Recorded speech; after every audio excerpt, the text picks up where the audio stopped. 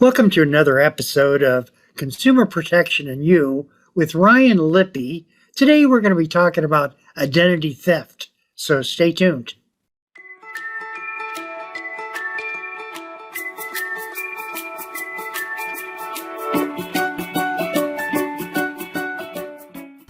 Hey, welcome back to another episode of Consumer Protection and You with Ryan Lippe. Ryan Lippe is a consumer educator with the Ohio Attorney General's office, and today we're going to be talking about identity theft. Ryan, it's always a pleasure working with you. Oh, thank you, and thanks for your partnership and getting some good stuff out to the community about, in this case, one of the most growing crimes out there, which is identity theft. Identity theft occurs when somebody obtains and uses your personal information without your permission to commit a fraud. And the reason I stress uses is just because you've been a victim of a data breach, that's one thing. It means you're vulnerable to identity theft, but you've not yet been a victim because no one has used your information yet. In the Equifax data breach alone from a couple years ago, there were some 140 some million pieces of information, confidential identifying information that would belong to consumers that was exposed. And probably at least some of those consumers have experienced one form of identity theft or another. Has identity theft been very prevalent throughout the United States, or are we getting a handle on preventing that? Well, as we rely more on technology, we're also putting lots of data into the cloud, into different databases, onto computer systems, both within our homes and offices, as well as exposing data to potential risk through other companies. So I would say it's getting worse, not better, in terms of just the amount of identity theft we see. Just recently, due to the pandemic, we've gotten a lot of claims for unemployment insurance. Some of those claims have been going to Ohio Department of Job and Family Services and have been completely fraudulent. Scammers were holding on to Social Security numbers and other personal identifying information, waiting for this kind of opportunity to strike. And they're using that information to claim unemployment, even for people that are still working or retired or not old enough to work yet. The floodgates have sort of opened up for Job and Family Services to be exposed to the kind of identity theft we've seen in previous years going into our credit card system. Mortgages, auto loans, things like that are now happening with unemployment insurance. I thought Job and Family Services had a really good track record of who was employed. Well, you would be surprised at how, based on the CARES Act funding and based on the ability for people to sign up through the web for unemployment insurance, it's amazing how many people are able to get through and at least get the ball rolling on trying to get somebody else's unemployment insurance. And that's something that consumers have to take up with Ohio Job and Family Services. They're the experts, as you mentioned, involving unemployment insurance issues and unemployment compensation. But suffice it to say, a lot of people are getting through that shouldn't be in the system.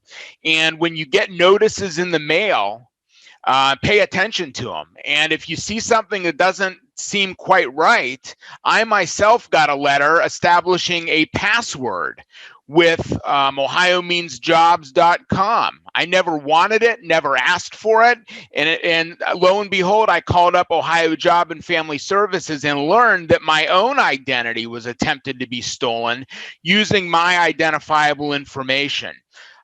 So I needed to point that out to Job and Family Services so I could help them put the brakes on that identity theft. They then turned it over to their fraud team, stopped the benefits from flowing to the scam artist, and now hopefully that's history. But the other thing I did was in reaction to that, not only called Ohio Job and Family Services, but I put what's called an initial fraud alert on my credit reports as well, so that it'll be much harder for a scammer to try to use my information for other purposes, like opening up credit cards. If they decide to open up a credit card with my same stolen information, they're going to be asked for additional verification and identification before credit's issued in my name, because I have that initial fraud alert registered with the 3 credit reporting bureaus. We have seen a lot of data breaches. Equifax is one of them. We've had different universities who've sent out letters. So individuals are holding Social Security numbers, or they're holding enough personal information, and they are waiting for the opportune time to use that. Yeah, or they're storing it for sale in the dark web, on the dark web that we always talk about. It's a part of the web where you and I probably never go to the dark web because we're not involved in nefarious activities and illegal organized crime operations. But scammers know where to go to load the information up, to sell the information, to find it. So there could be databases like that have been pasted into the dark web, and just waiting for a right buyer or waiting for the right timing, like you mentioned, to strike out and try to wage identity theft against these potential victims. One of the things that I see in our society, we tend to be very obedient people. Being very obedient people, we trust, or we have been taught to trust. For instance, if a policeman comes up onto our porch and knocks on the door, because of that uniform, we trust that they are policemen. And we also trust certain things on the computer to where we get into a lot of trouble. Absolutely. Yeah, and we see a lot of phishing out there, phishing with a PH, not fishing in the Scioto River, but phishing for personal information. So we see a lot of people being duped into giving out information based on a story that someone's sending them over email with a stolen bank logo, stolen bank information, and suspicious links that go to the scammer instead of the bank, asking for PINs and passwords and account numbers and social security numbers. That's another way identity thieves do their dirty work, is by asking for that information through a phishing scam. You have a video that you wanted to show that's from the Federal Trade Commission? Yeah, let's go ahead and play that video. It's a good 4 or 5 minute video on the basics of identity theft and introducing you to real life victims of identity theft. I'll go ahead and play it now.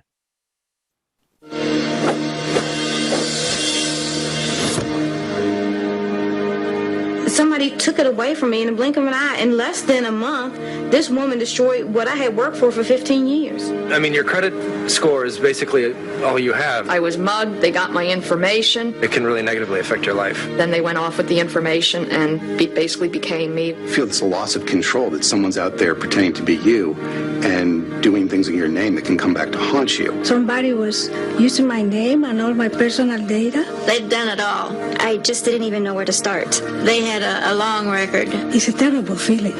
Identity theft. It happens when your personal information is stolen and used without your knowledge. It's a serious crime that can cost you time and money, ruin your credit, and destroy your good name. When I was a victim of identity theft, my mail had been stolen. I was shopping at a grocery store and someone took my wallet. I think I made a purchase and they stole all my debit card information. My briefcase had been tampered with, and when I looked in it, I saw that my passport and my driver's license, which I had in there, had been taken. Identity theft happens when someone takes information about you and then uses it to commit fraud. Identity theft is very serious. We know that identity fraud in its various forms has affected 10 million people in any given year. And what that means in dollars is that it's a loss to businesses of about $50 billion. On top of that, victims of identity theft have spent $5 billion trying to undo this harm. Everyone needs to be conscious that identity theft is real. When you get news that your identity has been potentially stolen, it's sort of this open-ended problem that has occurred, and you don't know what's going to come of it. No one's immune, which isn't to say that we're powerless. There's a lot we can do to deter, detect, and defend ourselves.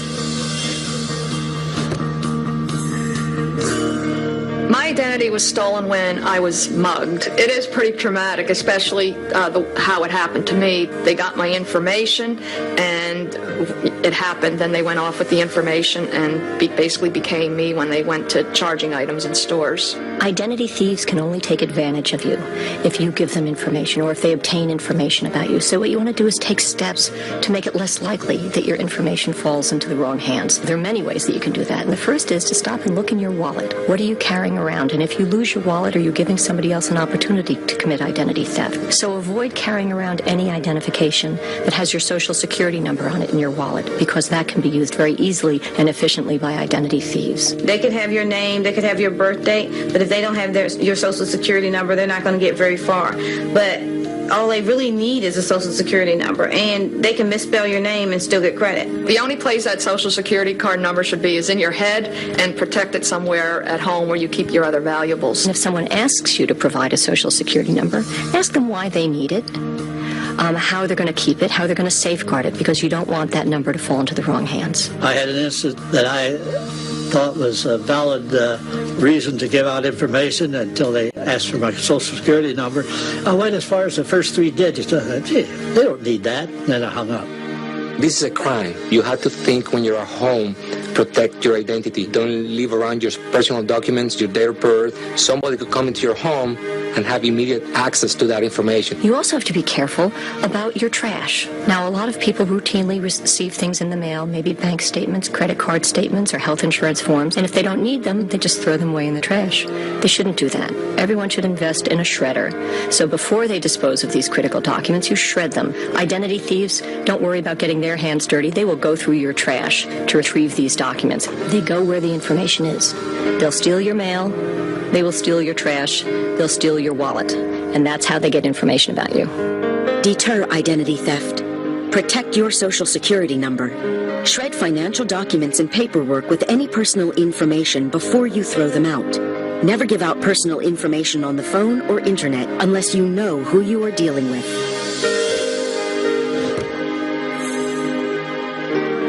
My name is Nicole M. Robinson. The woman who stole my identity, her name is Nicole A. Robinson. She stole my information from the pharmaceutical company that she works for. After this happened, it devastated my financial life. I ordered my credit reports, and I received a credit report in the mail that was 54 pages long.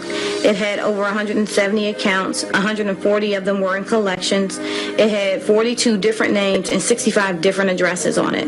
Not only was somebody else reaping the benefits of my good credit, I could no longer have access to my own good credit. And I cried. I cried every day for 3 months. On top of the financial and the time that people spend in resolving these issues, it's an emotional burden on victims. My life before the identity theft case was wonderful. In less than a month, this woman destroyed what I had worked for 15 years.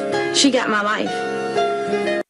If your identity does get stolen, and unfortunately they use that information against you, sometimes the financial institutions will say to you, resolve your problems and then come back to us. Yeah, and that's where we step in terms of being able to provide help to consumers with certain types of identity theft. We do have an identity theft unit that's been in operation for several years under the Ohio Attorney General's office in our consumer protection section. And that service is available to match up consumers with a consumer advocate on our staff to help rectify the effects of identity theft. So that is available through www.ohioprotects.org, through our toll-free number 800-282-0515. And we also have a great relationship with the Federal Trade Commission, who offers a special website for people to help rectifying the effects on their own of identity theft. That's simply identitytheft identitytheft.gov. And identitytheft.gov takes you step by step into telling them what type of identity theft it was, what happened, what the ramifications are, and then fixing those through the self-help process. So again, we have the traditional identity theft unit services that we offer at the state level. Then at the federal level, there's the do-it-yourself variety through identitytheft.gov. You can spend hours and hours and hours trying to undo what somebody has did to you in a short period of time, just like the lady on that video. Absolutely. And there are times when you close one credit card that was opened fraudulently, only to find out the next day or the next week that 3 more have opened up using your same identifiable information. I mean, we don't live in a society where if you just want a new social security number, you invent one. You're pretty much given the social security number from birth or when you first register, and you have that for life. So with that information, it's a golden opportunity, unfortunately, for identity thieves to prey on their victims and open up lines of credit, credit cards, loans, other types of financial instruments in somebody else's name using social security number, dates of birth, all that kind of personal identifying information that we really urge people to keep to themselves. As grandparents, we had the general idea of giving to our grandchildren government bonds, U.S. bonds. But in order to get U.S. bonds, you've got to attach a Social Security number to that. Right. And that has sort of a concern in the fact that, first of all, grandparents have or could have the Social Security numbers of a baby. And not only do the parents have the Social Security number and the child, but now the grandparents, if they want to give a government bond. And I can see where attaching a Social Security number to a child can be detrimental in some aspects. Yeah, and here's the good news. The good news is we've sort of caught up with the identity thieves in terms of child identity theft. It happens. It happens quite a bit, in fact. And once a child is born and once they get a Social Security number that the parents and the grandparents and that some people start to know, that can be compromised. And that's a Social Security number without any bad marks against it. Yeah. They've never not paid a bill. They've never not paid their taxes. They've never filed for bankruptcy. Think of the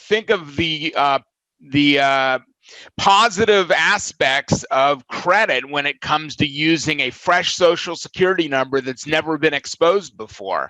That's what identity thieves have done, and that's where we've responded by allowing parents to protect their child from identity theft by putting a freeze on that child's credit report. And that's free of charge. And so we have a new video at the Ohio Attorney General's office just released a couple weeks ago on child identity theft and how parents can respond by freezing their child's credit.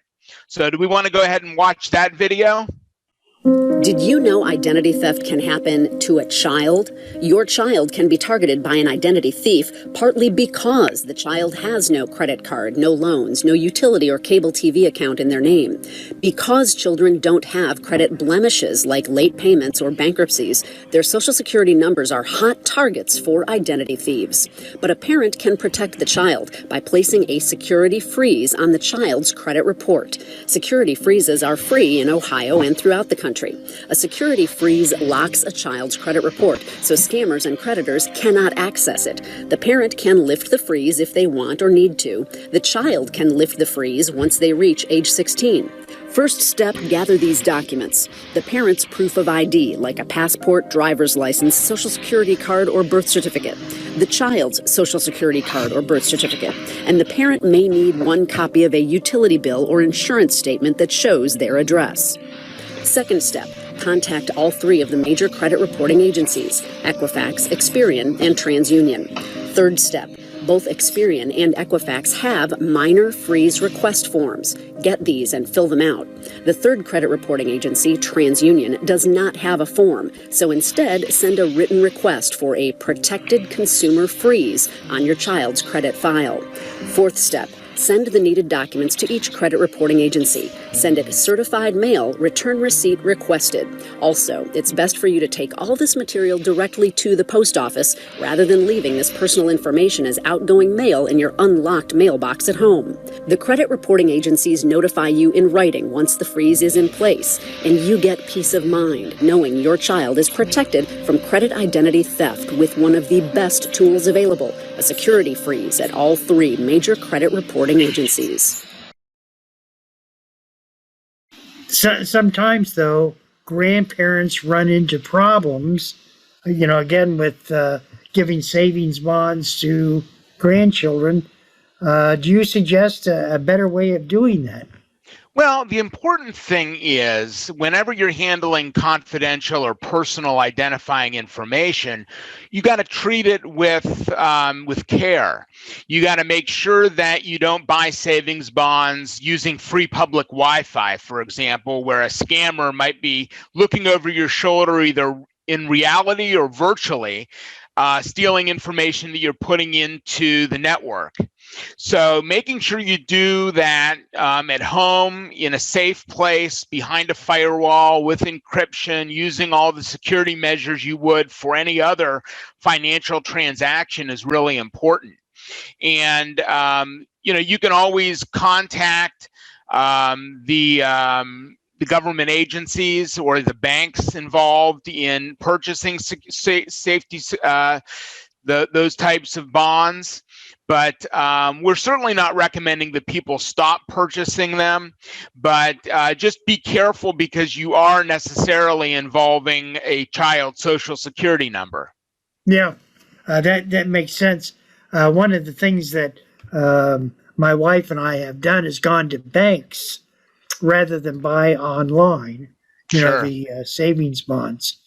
But we've also had to put the parent's ID number on it. Absolutely. And that's where we can get into some of the prevention tips. We saw some with the video. There are other prevention tips that adults can use, as well as kids, to keep their information safe from identity thieves.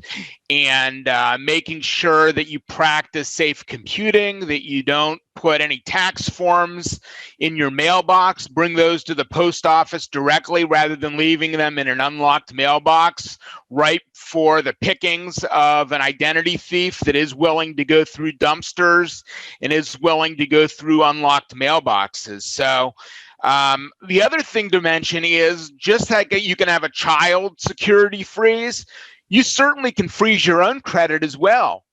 You can go to Equifax, Experian, and TransUnion and request security freezes on your own accounts permanently, or unless you want to unfreeze the account, and those are all free. It used to cost $5 per credit reporting agency every time you locked and unlocked your credit. Now freezing is absolutely free of charge in both directions. So the choice is even simpler for people that want to protect their social security number and their credit reports. I myself use creditkarma.com. I know that there are many different ways of accessing your credit, but it's free. But the only thing is that they only show 2 of the 3 credit agencies. And I'm just curious why they would exclude one and keep the 2. Yeah, the only thing I can think of is maybe they have an agreement for the portal for 2 out of the 3 credit reporting bureaus. For that third one, whichever one it is, you can always go to annualcreditreport.com, and through April 2021, you can get weekly credit reports online, or you at least can do the one-time per year credit report for that credit reporting agency completely free.